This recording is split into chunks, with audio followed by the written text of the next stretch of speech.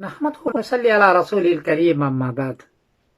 حضرت مولانا رمضان صاحب پوکرن کے ہیں، راجستھان کے میرے دوست ہیں۔ انہوں نے پوچھا ہے کہ عید الفطر میں چاند کی صورتحال کیا ہے؟ جواباً عرض ہے کہ 1 مئی بروز اتوار کو انڈیا میں چاند کو چاہیے 6 ڈگری، برما میں چاند کو چاہیے 6 ڈگری، بنگلہ دیش میں چاند کو چاہیے 6 ڈگری، کراچی میں چاند کو چاہیے 6 ڈگری، پشاور میں چاند کو چاہیے 6 ڈگری، اور نیپال میں بھی چاند کو چاہیے 6 ڈگری۔ چاند 9 ڈگری میں مشکل سے نظر آتا ہے، 10 ڈگری ہو تو رؤیت عامہ ہوتی ہے، یہاں 6 ڈگری ہے، چاند نظر نہیں آئے گا، اس کا خیال رکھیں آپ۔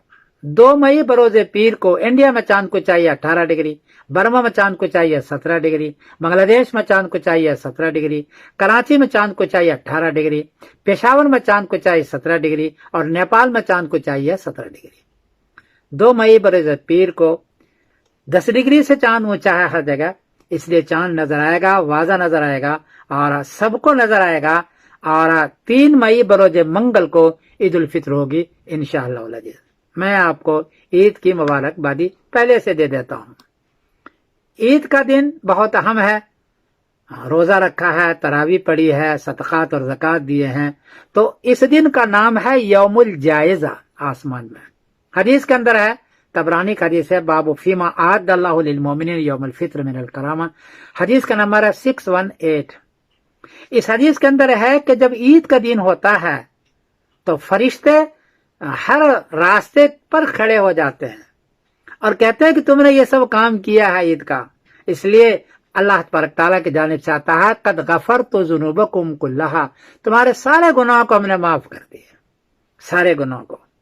تو اگر کسی نے ابھی تک توبہ نہیں کیا ہے یا گناہ کر چکا ہے تو یہ دن کم سے کم آخری دن ہے عید کے دن، عید کی نماز سے پہلے یا عید کی نماز تک آپ اپنے گناہوں سے معافی کر لیں تو اللہ تعالیٰ فرماتے ہیں غفرت ذنوبکم کلھا، تمہارے سارے گناہ کو معاف کر دیتے ہیں، اور اس کا نام ہے یوم الجائزہ، بدلے کا دن۔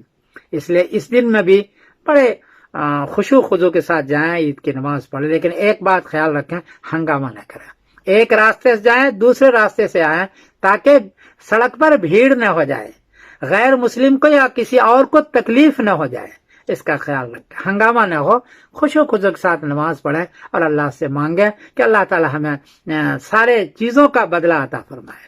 میں سمیر الدین قاسمی بول رہا ہوں مانچسٹر انگلینڈ سے۔ السلام علیکم ورحمۃ اللہ وبرکاتہ۔